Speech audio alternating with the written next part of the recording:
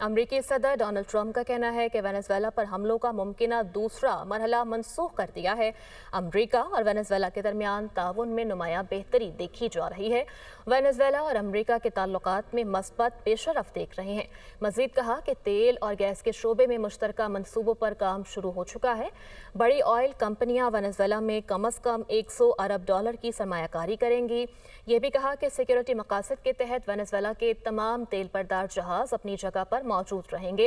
Venezuela ने अमन की काविश में बड़ी तादाद में सियासी कैदी रिहा कर दिए हैं। अमरीकी सदर डोनाल्ड ट्रंप का कहना है कि वेनेजुएला पर हमलों का मुमकिना दूसरा मरहला मनसूख कर दिया है। अमरीका और वेनेजुएला के दरमियान ताउन में नुमायां बेहतरी देखी जा रही है। वेनेजुएला और अमरीका के ताल्लुकात में मस्बत पेशरफ देख रहे हैं।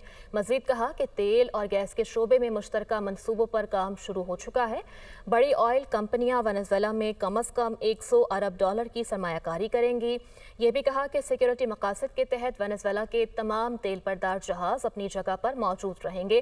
वेनेजुएला ने अमन की काविश में बड़ी तादाद में सियासी कैदी रिहा कर दिए हैं।